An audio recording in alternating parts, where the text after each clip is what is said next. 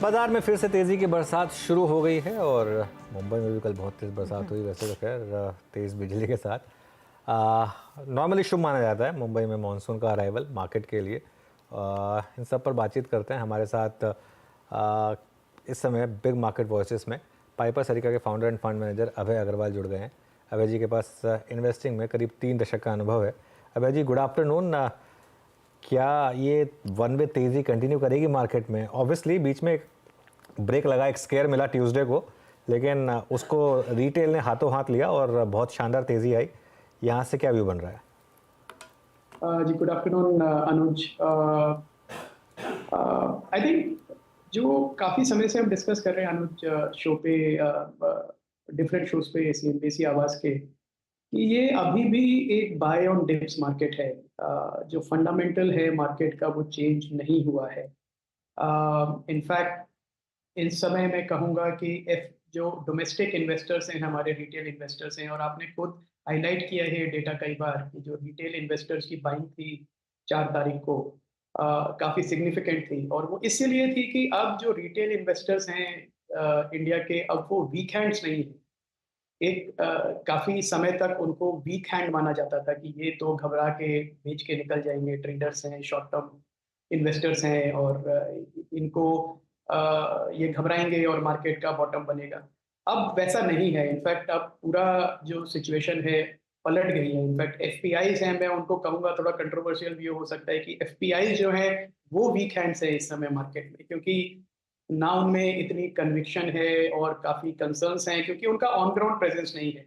पर जो domestic investors हैं वो अपना अच्छे से रिसर्च कर रहे हैं, म्यूचुअल फंड्स भी हैं, इंस्टीट्यूशनल और रिटेल दोनों की मैं बात करूंगा, और उनमें कॉन्फिडेंस है और कन्विक्शन है कि एक लंबे समय तक के लिए इन्वेस्ट करके हम रह सकते हैं। और ये जो एक सेगमेंट है इसको पूरा क्रेडिट नहीं मिलता है। लोग अभी भी रिटेल इन्वेस्टर को सोचते हैं तो सोचते हैं कि एफएनओ ट्रेडर्स हैं वो होंगे, पर वो नहीं है। मैं और जब मैं नीरज जी के साथ शो किया था 4 तारीख को शाम को, जब थोड़ी मायूसी थी मार्केट में, तब मैंने उन्हें कहा था कि देखिए, इस दिन 4 तारीख को हमारे पीएमएस में की हिस्ट्री में डेली इन्फ्लो जो आते हैं हाईएस्ट इन्फ्लो आया, और मैं बहुत पॉजिटिवली सरप्राइज था, और बहुत खुश था ये देख के कि इन्वेस्टर मेच्योरिटी काफी अच्छी आ गई है इस समय अनुज। तो ये मुझे लगता है ये सपोर्ट करेगा मार्केट को। और ऑफ कोर्स थोड़ी नर्वसनेस रहेगी, कैबिनेट मिनिस्ट्रीज, इलेक्शन के जो दूसरी कंट्रीज में इलेक्शंस हैं, अर्निंग्स देमसेल्व्स, बजट एक बड़ा इवेंट है, पर मुझे लगता है मार्केट इसको ओवरलुक करके और एक तरफ से चलता जाएगा और इन्वेस्टर्स को अच्छा रिवॉर्ड करेगा जो अपना कॉन्फिडेंस और पेशेंस मेंटेन करेंगे मार्केट। जिस तरह का इन्वेस्टमेंट यहाँ पर रिटेल की तरफ से आया है, और जो सुमित भी अभी मेंशन कर रहे थे कि किन स्टॉक्स, किन सेक्टर्स में रुझान बढ़ने लगा है, रफली इस समय अगर आप अपने पीएमएस का एक उदाहरण दे सके, ओवरवेट आप किस पॉकेट में हैं पोस्ट इलेक्शन? कहाँ पर आपको लग रहा है कि अब अच्छी खासी तेजी बनती दिखाई देगी? क्योंकि प्री इलेक्शन तो ऑफ कोर्स वो यूजुअल थे, बैंक्स थे और सरकारी कंपनियों में, क्योंकि वहां पर अच्छा पैसा बना। अब इस नए 5 ईयर टर्म के लिए क्या कुछ एसेस किया है आपने पोर्टफोलियो को? जी हर्षदा, गुड आफ्टरनून। इसमें हमारे 3 व्यूज थे इसमें, going into elections and before that also. और एक उसमें जो काफी बड़ी थीम जो हम अभी नहीं, पिछले मैं कहूँगा 6 महीने से काफी फोकस्ड है, वो है वो सारी कंपनीज जो कि एक फार्मर को और जो एग्रीकल्चर इकोनॉमी को ज्यादा प्रोडक्टिव होने में हेल्प करती हैं। और उसमें नाम आते हैं crop protection, crop yield improvement, fertiliser companies, mechanisation, financing to farmers. ये सारी चीजें ऐसी हैं जिसपे मुझे पूरा विश्वास है कि सरकार का एक मेजर फोकस रहेगा, both for political reasons and economic reasons, क्योंकि इकोनॉमी की जीडीपी नहीं बढ़ सकती उस लेवल पे जितना हम चाहते हैं जब तक कि एग्रीकल्चर सेक्टर की जो इम्बैलेंसेस हैं और जो उनके रास्ते में जो डिफिकल्टीज आती हैं उनको निकाला ना जाए। तो उस हिसाब से हमने ओवरवेट किया है अपने पोर्टफोलियो में एग्रो केमिकल कंपनीज को। सो मेरी बाय रिकमेंडेशंस नहीं है हर्षदा, पर जो हमारे पोर्टफोलियो में हमने ऐड किया पिछले 6 महीने से, धानुका एग्रीटेक, थोड़े दिन पहले यूपीएल भी मैंने बात भी करी थी, हमने ऐड किया पोर्टफोलियो में। और भी एग्रोकेम कंपनीज हैं जिनको हम देख रहे हैं, देन फार्म मैकेनाइजेशन में महिंद्रा महिंद्रा जैसी कंपनीज हैं जो कि इम्पोर्टेंट है। तो एक तो ये एग्री इकोनॉमी फोकस जो है वो, दूसरा है एक इंश्योरेंस की तरफ हमारा रुझान काफी बड़ा है हर्षदा, की ये एक ऐसा स्पेस है जिसमें काफी जीएसटी रिलेटेड इनएफिशिएंसीज हैं, जो मेरा एक्सपेक्टेशन है अब सरकार निकालेगी जीएसटी रैशनलाइजेशन में। जैसे अभी भी आप एक हेल्थ इंश्योरेंस पॉलिसी खरीदते हैं, चाहे 2,000 रुपए की हो या 2 लाख रुपए की, आपको 18% का जीएसटी देना पड़ता है। और उसके बाद जब आप हॉस्पिटल का बिल पे करने जाते हैं वो भी 18% जीएसटी चार्ज करते हैं। तो ये बड़ी एनॉमली है। तो जैसे ये निकलेगी तो इंश्योरेंस कंपनीज को काफी फायदा मिलेगा। तो स्टार हेल्थ और आईसीआईसीआई प्रू लाइफ ये हमने पोर्टफोलियो में ओवरवेट करा है अभी इस समय।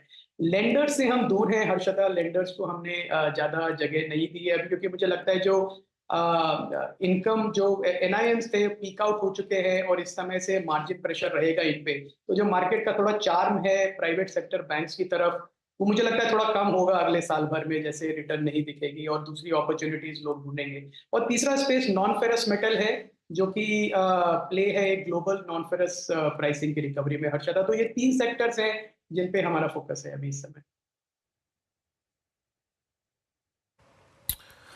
ओके अभय जी, एग्रोकेमिकल्स, इस पे आपकी टिप्पणी आई थिंक, और आपने लास्ट टाइम भी यूपीएल का जिक्र मेरे को किया था, तो आप कन्विक्शन के साथ इस बास्केट में एडिशन करते हुए। अच्छा, एक दो बास्केट का और जिक्र करूंगा मैं यहाँ पर। थोड़ा सा जरा पावर स्टॉक्स को देखिए, मैं आरईसी, पीएफसी, पावर ग्रिड, बहुत अच्छा मूव। हालांकि वो जो ड्यूरिंग इलेक्शन आई थिंक और वोटिंग परसेंटेज, उसके बाद एग्जिट पोल, उसके बाद एक्चुअल के नंबर्स करेक्शन, ये टर्बुलेंस तो थी, लेकिन अब प्राइस स्टेबल है स्क्रीन पे एटलीस्ट। पावर में आपने अपने आप को कैसे डिस्ट्रीब्यूट किया है, या फिर अगर एक दो नाम जोड़े हों अभय जी?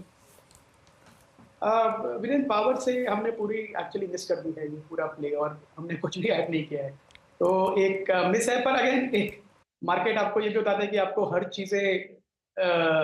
चीज में सक्सेसफुल होने की जरूरत नहीं है। अगर आपका पोर्टफोलियो में रिटर्न है वो दूसरे तरीके से भी आ सकता है। तो पावर मैं कहूंगा हमने मिस किया है, इसलिए क्योंकि एक पावर की बहुत लंबी हिस्ट्री थी कोई रिटर्न ना बनाने की कैपेक्स हैवी साइकिल पर। जो हमने अंडर एस्टिमेट किया वो 2 चीजें अंडर एस्टिमेट करी, एक तो डिमांड ऑफ पावर, और दूसरा जो रेगुलेटरी इन्वायरमेंट और जो एसईबीज की जो फाइनेंशियल स्टेटस है वो इम्प्रूव हुआ। तो ये पॉजिटिव प्लेजेंट सरप्राइज थे। तो आइदर वे हमारे पोर्टफोलियो के लिए पावर स्टॉक्स का अच्छा करना अच्छा ही है, क्योंकि ये कोर एक है जीडीपी ग्रोथ के लिए। आरईसी और पीएफसी की अगर मैं बात करूं तो मैंने देखे हैं इन स्टॉक्स को, इनको आई थिंक इन्वेस्टर एक्सपेक्टेशन बहुत हाई है इस समय, क्योंकि ये रीरेट हुए हैं। आरईसी साल भर पहले 0.7 टाइम के बुक वैल्यू मल्टीपल पे था, अभी 2.5 टाइम पे आ गया है। तो जो उसका रिटर्न बना है वो मल्टीपल एक्सपेंशन से बना है अभी तक, अर्निंग्स अभी भी किक इन होनी बाकी है, पीएफसी भी उसी जोन में है। तो हो सकता है ये कंपनीज बहुत अच्छी रिटर्न्स दें और सब्सक्राइब करें, पर मुझे लगता है कि थोड़ा एक्सेस ऑप्टिमिज्म बिल्ड हो गया है इनमें, तो इन्वेस्टर को थोड़ा कॉशियस रहना चाहिए इन स्टॉक्स में। टेक्नोलॉजी पर आपका क्या व्यू रहेगा अभय, कंसिडरिंग यूएस में जिस दिन नैस्डैक भागता है उस दिन आईटी कंपनियों को सपोर्ट मिल जाता है, ऑन अदर डेज वहां पर थोड़ी सी मुनाफा वसूली, यहाँ पर फिर बिकवाली का दबाव लेकर आ रही हैं। इस समय किस तरह की पोजीशनिंग होनी चाहिए भारतीय आईटी में? जी अगेन ये हर्षदा, इस स्पेस पे मेरा 1.5 साल से करीब काफी नेगेटिव व्यू रहा है, और वो अभी भी मैं कोशिश भी कर रहा हूँ तो चेंज नहीं हो रहा है, क्योंकि मुझे अभी भी कोई पॉजिटिव ट्रिगर्स नहीं देख रहे हैं। एक डिमांड एनवायरनमेंट वीक है, दूसरी तरफ आपके ऊपर कॉस्ट प्रेशर है। सबसे बड़ी बात है कि ये हमारी जो आईटी कंपनीज है वो अभी भी एक टाइम एंड मटेरियल मॉडल पे चल रही हैं, प्रोजेक्ट बेस पे प्राइसिंग करने में अभी भी कतराते हैं।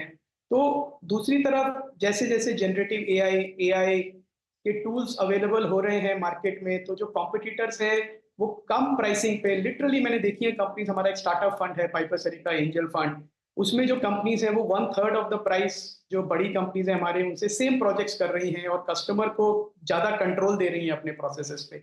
तो उस एनवायरनमेंट में मैं अभी भी देखूं तो मुझे कन्विक्शन नहीं है कि ये आईटी सर्विसेज कंपनीज जो है हमारी बहुत अच्छी कंपनीज है, पर ये कर पाएंगी ग्रोथ बियॉन्ड 5% से ज्यादा का, और 5% भी बहुत ऑप्टिमिस्टिक है इस समय। तो इस एनवायरनमेंट में मुझे नहीं लगता कि ये ठीक समय है आईटी सर्विसेज में बॉटम फिशिंग करने का।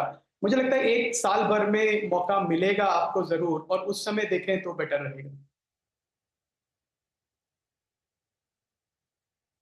अच्छा अभय जी, कोई टू व्हीलर स्टॉक जोड़ा आप लोगों ने, या फिर एक्साइड बहुत बड़ा अगर आप देखें मूवर रहा है बीते 3 महीने का। तो अगर मैं ऑटो में, हालांकि आपने M&M का चुनाव कर रखा है और M&M आपका बहुत स्ट्रांग मूव देखे गया अभी, स्पेशली टू व्हीलर, एंसिलरी या फिर बैटरी स्टॉक्स में कोई चुनाव आपका अभय जी?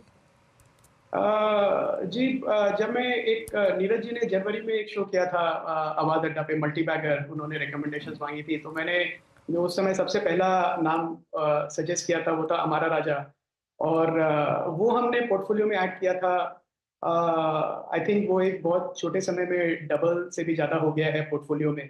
तो उस समय भी व्यू वीरेंद्र उसमें यही था कि ये जो स्टॉक्स हैं ये एक ऐसी इंडस्ट्री में है, दोनों एक्साइड और हमारा राजा की, वो हाईली कंसोलिडेटेड इंडस्ट्रीज, और उस इंडस्ट्री का ग्रोथ जबरदस्त होने वाला है। लेड एसिड बैटरी भी लगती है ईवीज में। लोग ये भूल जाते हैं कि जो इलेक्ट्रॉनिक सिस्टम है गाड़ियों का, टू व्हीलर्स का, वो अभी भी लेड एसिड बैटरी पे चलता है, और ये दोनों कंपनीज ही हैं उस स्पेस में, और कोई कंपनी नहीं है।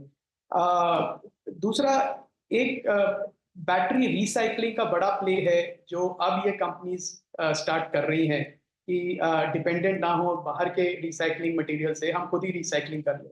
और अपॉर्चुनिटी स्पेस बहुत बड़ा है, प्राइसिंग पावर नहीं थी, थोड़ी प्राइसिंग पावर अब आ रही है। तो उस हिसाब से मुझे लगता है ये बैटरी स्पेस में एक बड़ा रिटर्न बनने की गुंजाइश है। आप इग्नोर कर दीजिए अभी जो रिसेंट प्राइसेस बढ़े हैं, उसको भी छोड़ दें, यहाँ से भी लें तो अच्छा 3 से 5 साल के ये स्पेस है। एक्सपोर्ट्स तो इन्होंने अभी तक ध्यान भी नहीं दिया है, तो धीरे धीरे मुझे लगता है कि एक्सपोर्ट्स की तरफ भी ध्यान जाएगा इन बड़े मैन्युफैक्चरर्स का। सो बैटरी स्पेस अच्छा है। दूसरा, टू व्हीलर में टीवीएस एक है हमारे पोर्टफोलियो में काफी समय से, और वो इसलिए है कि एक बहुत ही इनोवेटिव कंपनी है, महंगी कंपनी है, पर in terms of product innovation number 1 है।